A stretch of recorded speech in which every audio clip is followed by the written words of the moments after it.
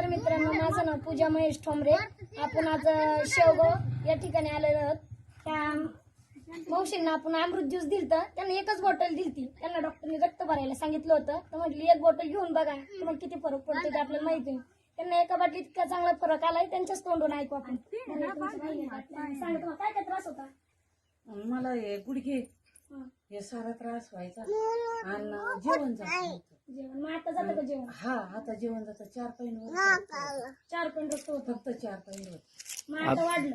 आता वाढ चक्कर बिक्कर म्हणजे डॉक्टरने तुम्हाला रक्त भरायला सांगितलंच होतं का नाही? घालायचंच होतं. घालायचंच होतं ना.